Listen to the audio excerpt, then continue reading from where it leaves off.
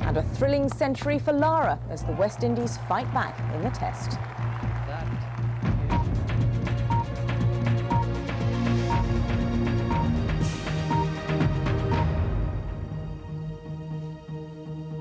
Good evening. Train operators are reviewing the way tickets are sold in a plan which could limit the range of fares on offer at smaller stations.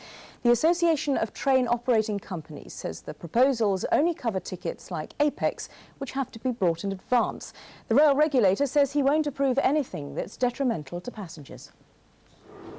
The train companies want to introduce new high-tech ticket machines, but some stations wouldn't get them. They'd no longer be able to sell advance purchase fares.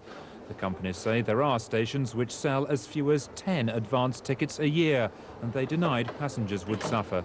This is about saying, well, these are the stations that will sell a full range of all tickets, and other stations, as is the case now, are serving the needs of passengers who actually want tickets for immediate travel. The rail firms say passengers are increasingly buying advance tickets over the phone or by other means, and the new machines might not be cost-effective at smaller stations. Some passengers, though, are unhappy. I think you should be able to get all tickets for all stations, whether they're small or large. Should give all little villages a better chance to keep the trains and the railway stations. How many stations might lose the right to sell advance tickets isn't clear. There's speculation it could be several hundred, but the rail regulator says he won't allow any move that's bad for passengers. Well, any such proposal would require my approval, and I have to say the train operators have made no application to me for such an approval, and I should like to reassure passengers that I have no intention of approving anything which is detrimental to the interests of passengers. Britain's train operators want to keep costs down, but the regulator is reminding them of their social obligations too. He wants profits and the service to passengers kept in balance. Simon Montague, BBC News. The government says it will strengthen the law on the treatment of paedophiles in the wake of a campaign to name and shame them, but it won't publish a list of offenders. The News of the World wants controlled public access to the register and has threatened to revive its campaign if the current legislation isn't changed. The Home Office says naming child sex offenders will still be up to the police and the probation service. Today's message from the paper after the suspension of its name and shame campaign. Inside, it calls for controlled access for the public to information about paedophiles. The family of Sarah Payne at the newspaper offices yesterday interpreted that to mean a public register of child sex offenders. But in an interview this morning, the paper qualified its demands. If your child went to a nursery and you wanted to be sure that the nursery had checked out its employees properly, then you would be able to ask whether they had done that and check that they had done that. The paper says if its goals aren't met, it may resurrect its old strategy. If the government don't come through on what you want, do you start naming and shaming again? I think we possibly do, yes. If children face an imminent risk, police do already have the powers to name paedophiles. A review of the law is currently underway and ministers have promised to introduce changes quickly, but they'll resist giving the public automatic access to information. When it comes to names and addresses, that's a matter that can only be disclosed by the police and the probation service working together, as they are at the moment, doing sterling work in multi-agency panels on the ground. In America, access to an offender's details is available on the internet, but critics say many of the addresses here are false and the system has seen vigilante attacks escalate. In Britain, riots in Portsmouth last week offered a glimpse at what many fear more public access to the names and addresses of paedophiles might bring. All weekend, the government has sought to regain control of the issue by stressing that tighter controls on paedophiles are already being considered. There are still real concerns about the nature of the public register being called for, but also worries that unless they act quickly, the naming and shaming could resume. Karen Allen, BBC News at the Home Office. The Yugoslav army is refusing to grant access to 2 Britons and 2 Canadians arrested 5 days ago on suspicion of spying. British diplomats have demanded a meeting with the men, who are being held in the Montenegrin town of Andrijevica, from where Brian Barron has sent this report. It's in these guarded military barracks in Andrijevica, a forgotten backwater in the mountains bordering Kosovo, that the 4 men are being held. Given the police-state mentality here, the best they can hope for are visits from British diplomats over the next few days. Adrian Prangnell from Hampshire and his fellow policeman, John Yore from Cambridgeshire, along with the two Canadians, were shown on Serbian state TV. Initially, there were allegations of espionage, but no charges have been made. Security in sensitive border zones has been stepped up, a sign of the tense relations between Belgrade and its reluctant junior partner, Montenegro. The arrested men are being held just a few hundred yards from police headquarters, but this force dare not challenge the Yugoslav army. Hostility towards foreigners is so intense, a police inspector insisted on driving me round town to avoid any trouble from the dominant Serbian nationalists. Officers like this are despised by most locals because the police are under the Montenegrin government, which wants to break away from Yugoslavia. The majority feeling here seems solidly pro-Milosevic and Belgrade. We haven't found any sympathy for the arrested British policemen and Canadians. In a community embittered by last year's Serbian defeat in Kosovo, the flame of hatred against NATO and the West burns strongly. Brian Barron, BBC News, Andrea Vica, Montenegro. Hundreds more troops have been drafted in to try to control the forest fires which are raging across millions of acres in the western United States. Firefighters have been told it could take until October to get the situation under control. 11 states are affected, including Oregon, which has declared a general emergency. Our correspondent David Willis has been to the town of Bend. Scars, tears in the flesh of a once unblemished landscape. 500 acres of fire, 400 men to fight it. The odds are overwhelming. Oregon has declared a state of emergency and brought in the National Guard. One of America's largest and most spectacular national parks has fallen victim to the mischief of Mother Nature. First came the heat wave, leaving Oregon's forests and grasslands drier than at any time in the past. Then lightning provided the spark. The result is hundreds of thousands of acres of burning bush. Firemen here are only too aware of the dangers these unpredictable fires can pose. 9 Oregon crewmen died fighting forest fires back in 1994, victims of a fast-moving inferno. The fire moved approximately a quarter mile in less than a minute. That is fast, isn't it? Can you cope with that? Well, you hope you don't get in that situation. You don't want to be in front of that. If you are? You hope you have a safety zone. If not, you're a fatality. Desperate to beat the blaze, firemen have been fighting fire with fire, scorching areas in advance of the blaze so there's nothing to feed the flames. Fine in theory, but there's no telling which way the twisters will turn. The next best thing, doing battle from the air. National Guardsmen have mobilized helicopters to douse flames from the sky, but they know they're merely whistling in the wind. As soon as one fire is extinguished, another one starts up somewhere else. The legacy of America's worst fire season for 50 years could turn out to be an environmental and ecological disaster. The site of an ancient native Indian reservation has been reduced to a parched wilderness by the fires, a relic of the old Wild West, lost to nature's wrath. President Clinton is due to visit neighboring Idaho on Tuesday. He may have little option but to approve additional funds to fight the fires, which are now raging across 11 states, bringing temperatures of up to 1,000 degrees Fahrenheit. David Willis, BBC News, in the Deschutes National Forest. The BBC says plans to revamp its television channels are at a very early stage. Reports this morning suggested that the corporation's digital channels would be renamed BBC 3 and BBC 4. Critics say there's a danger that factual and cultural programmes could disappear off the main channels. There's already a BBC 3. It's called BBC Choice, and only people with digital televisions can watch. Under the new plan, it would be renamed and aimed at younger viewers. Arts programmes like The Proms, along with science and politics, would be on BBC 4, also based on an existing digital channel, BBC Knowledge.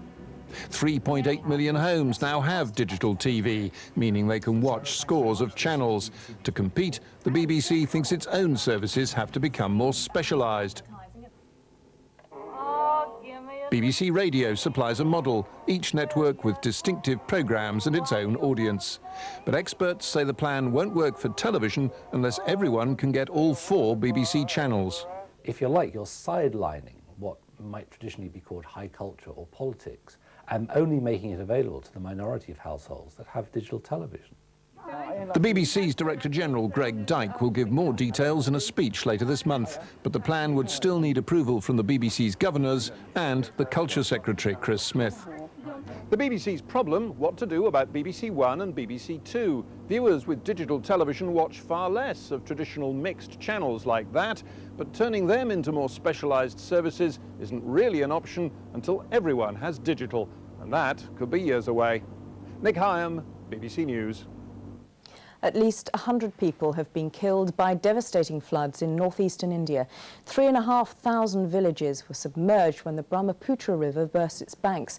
More than 2 million people in the states of Bihar and Assam are now homeless. Days of heavy rain had swollen the Brahmaputra River and its tributaries. They burst their banks, sending surging floodwater across wide areas of the states of Assam and Bihar. Bridges were brought down, roads were washed away, making the task of bringing help to thousands of cut-off villages more difficult. The floodwater swept away houses or filled them with mud. 2.5 million people have been made homeless. Thousands have had to be rescued by helicopter or boat. Aid is being brought in by the army, but with so many roads washed away, reaching those in remote villages is proving a problem. Many can only wait for vital supplies like fuel. This electricity station was put out of action by the silt and mud brought by the force of the floodwater. Vast areas of the region have been left underwater, people trying to survive in partly submerged houses. Some of those rescued had been clinging to trees or telegraph poles. The floods have also brought with them disease like dysentery. There's a shortage of medicines and food. Boats are the only means of survival, but crops providing food for the future have also been washed away. And some areas are too remote to be reached. There are fears the death toll could be higher, and some villages will be without food. Valerie Jones, BBC News. Sport now, and a thrilling century from Brian Lara has put the West Indies back into contention against England in the 3rd test at Old Trafford. Just a few moments ago, the West Indies had reached 379 for 6 to take their overall lead over the 200 mark. The weather may have been vintage England, but the early signs were that was about all. With a night's rest doing little to quell Wavell Hines' aggressive instincts, the home side's meagre lead was rapidly whittled away.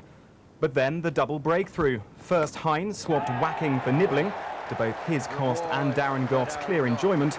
And shortly after, Adrian Griffith's patient innings of 54 was ended via an equally patient spell from Robert Croft.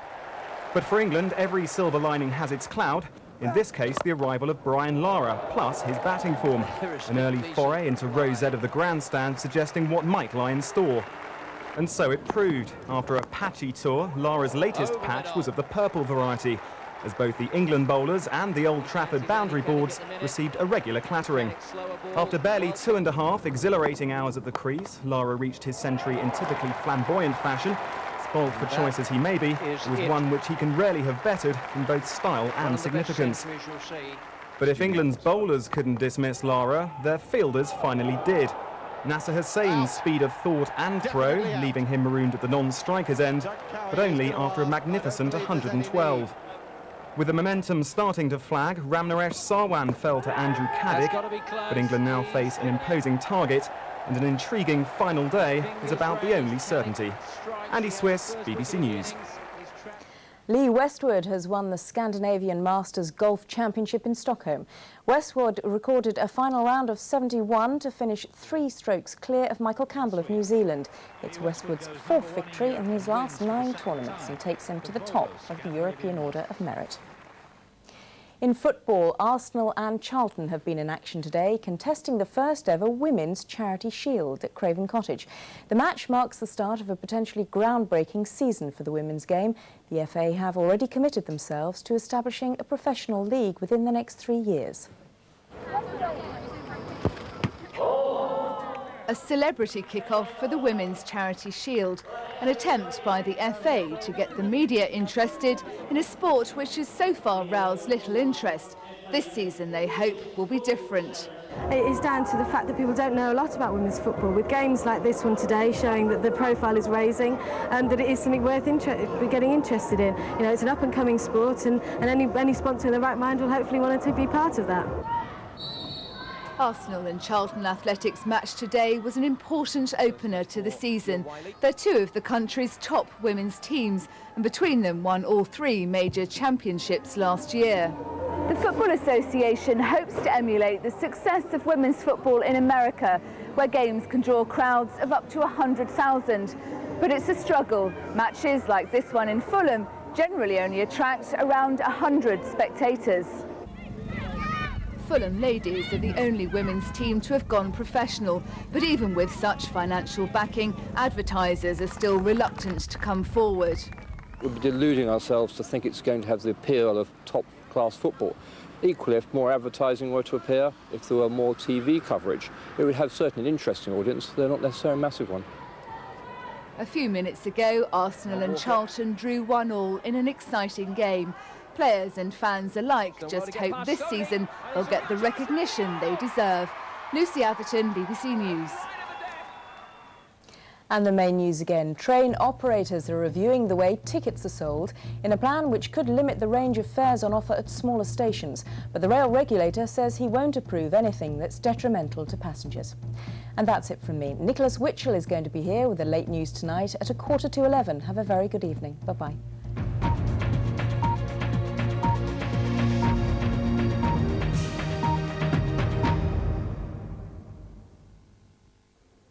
Good evening to you. Despite the fact that we saw temperatures up to around 20 or 22 degrees today, it felt much warmer than that because of the high humidity. But with all that moisture, also a fair amount of low cloud. And that covered a large part of England, Wales and across Northern Ireland through the afternoon. It's gradually developed a few holes, letting the sunshine come through in places. But as you can see, the best of the sunshine is over a large part of Scotland. And it's a fine end to the day here with some very pleasant sunshine to enjoy. Now, we are going to see more cloud coming in from the west later tonight, across Northern Ireland, Western Scotland, and still that low cloud and mistness creeping back into the more western parts of Wales and Western England. And I think here in the south we're looking at temperatures again quite mild, warm and humid, 16 or 18 degrees for some of these cities. It's a bit cooler further north. As we cross the borders into Scotland, the other side of that weather front, we're likely to see temperatures no lower, should I think, was around about 7 or 8 degrees, so a much cooler, fresher feel to the air. Well, the reason for all the low cloud and moisture is the area of high pressure allowing these weather fronts to run round the top of it. They're going to bring further bands of moisture through tomorrow and into Tuesday. So we are going to see a lot of low cloud and mistness first thing tomorrow morning. A little bit of brightness in the east perhaps, and that cloud and patchy rain will sink in through the Midlands and into East Anglia later on through the afternoon. Perhaps the southern parts of England getting away with a dry day, and also the far northeast of Scotland. Here temperatures around about 14 degrees. In the south in any brightness, 22 or 23 the top temperature. And by Tuesday, more persistent rain again affecting many western areas, in the east remaining basically dry. Have a good evening. Pain, sacrifice, determination. This means that I'm a world champion. 4 years in the making, 4 athletes reveal their personal struggles for the Olympic gold. I'm diabetic. We're away for Valentine's Day. Being a bit of a silly boy. Just don't think she's playing by the rules that I am. Intimate video diaries from Britain's elite rowing team. Just feel like I've got to prove myself all the time. Witness the build-up to the Sydney Olympics. Gold Fever, tomorrow at 10:30 on BBC One. An intimate story. The way they understand the world around them seems so deeply familiar. An inspiring journey. This natural fortress has kept hidden some of Madagascar's greatest secrets. A face-to-face encounter. Charlotte Ollenbrook embarks on a global adventure. That's the equivalent of me getting across a gap of about 20 metres. In search of our natural relations. One of the most fantastic moments of my life. It's time to meet our cousins. Wednesday, 16th of August on BBC One. This is BBC One for the Midlands.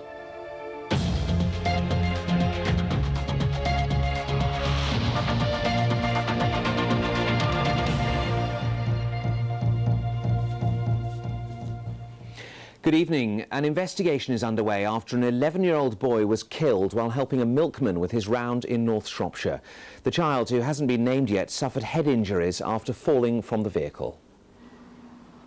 Floral tributes from family and friends mark the spot in the narrow country lane where the accident happened yesterday morning. The police say the young boy had been helping the milkman with his deliveries in Dog Kennel Lane. From what we know at the moment, the milk float was reversing down the narrow lane. We believe that the young boy was on the back of the milk float and for some reason has come off it. We don't know at this stage how he's come off the milk float. The boy was flown by air ambulance to North Staffordshire Hospital but died from serious head injuries. Managers at the Longslow Dairy have made no comment on the accident this weekend, but a spokeswoman said a statement would probably be issued tomorrow. It's also likely to be tomorrow before the police can talk to the driver of the vehicle to establish what happened. Philippa Hudson, BBC Midlands Today, Market Drayton. Police investigating a suspicious fire at a house in Telford have found a third body. Two men managed to escape from the blaze with a baby in the early hours of yesterday morning. Those who died aren't likely to be identified until tomorrow, but they're believed to be a woman and her two daughters. Forensic scientists have begun an investigation into the cause of the fire, which spread to two adjoining houses. Birmingham's Town Hall has been awarded £10 million of lottery money for major refurbishment work. The building was closed in 1996 because of its poor state of repair. The council has promised £5 million towards the project, but still needs to raise a further £8 million. It's hoped the Town Hall will reopen in 2003 and will be used as a centre for entertainment. So the rain stayed away, and as ever, Birmingham put on a show aiming to prove it was the Millennium Carnival City of the Year. Scores of dancers are still partying after jigging their way along a 3-mile route from Handsworth in the city to Perry Bar Park. They preened and they pirouetted and they panicked just a little bit as the beginning of the Millennium Carnival drew near. It's heated. You know, we're feeling hot, hot, hot. Never mind the wind want to come out. But things going very, very good, and the atmosphere is good. And lots of people is around, and it tells you that we're going places. With the carnival entering its 16th year, the Caribbean-style celebration was infectious. 83 won't get to be rheumatic. But the comrades will get me dancing. It's really good, because you get to dance and dress up nicely and wear all these nice clothes and just be with other people. It's a community atmosphere, it's something of togetherness, and I just love taking part with the dancing. The challenge for next year will be bigger and greater. Every year it goes better and better, bigger and bigger and greater and greater. So whilst the organisers planned more extravagant parades for next year, most people today were simply happy to enjoy the Millennium Carnival.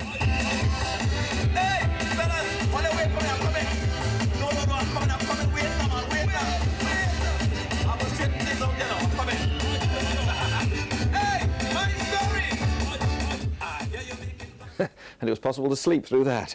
Cricket now, and on the final day of the championship match at Trent Bridge, Warwickshire have drawn their match with Nottinghamshire, while on the third day at Northampton, Worcestershire are following on 270 behind Northamptonshire and are 85 for 3. Well, back to that sunny weather now. And after a little overnight drizzle and a lowest temperature of 15 Celsius, tomorrow we're up to 22 Celsius with an odd shower in the afternoon. I'll be back tomorrow evening with Kath Mackey for Midlands Today at 6:30. Do join us then. For now, bye-bye.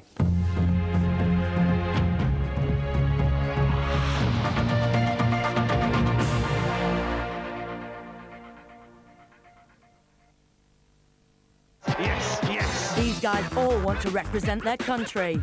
Dwayne Chambers was absolutely superb. Especially when Olympic hopes are on the line. As she left it too late. This weekend, they can't afford to lose. Some hearts will be broken. But for the winners, the ultimate prize will be a place at the Olympic Games in Sydney. Will they or won't they make Team GB? Find out live on Grandstand next weekend, only on the BBC. This is Lolita. She's the femme fatale of Rome. Meet the Artful Dodger. He's a fast food junkie and a car thief. These guys are the Addams family, the neighbors from hell. And this is Braveheart. He's got domestic problems because the bachelor boys fancy his missus. A few of the stars in our season of Wildlife on One films, starting in 35 minutes on BBC One. Before that on BBC One, excuse me, mate, are you licensed?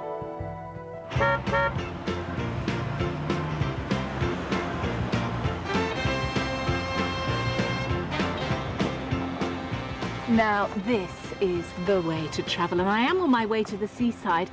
Are we there yet? Sure thing, Pam, sure. Any minute now, you're gonna have sun, sea, and sand. And sand? And more sand. I can't see the sea. That's because we're in Southport. Yeah, bro, and there's no sea in Southport, just sand.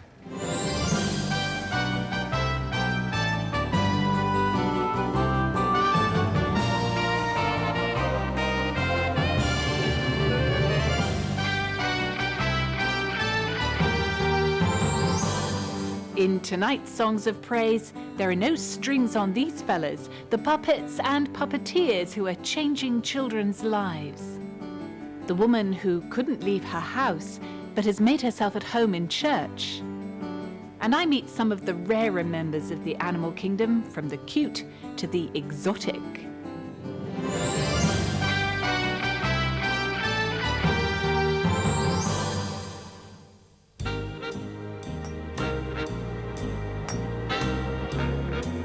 More to Southport than just the seaside.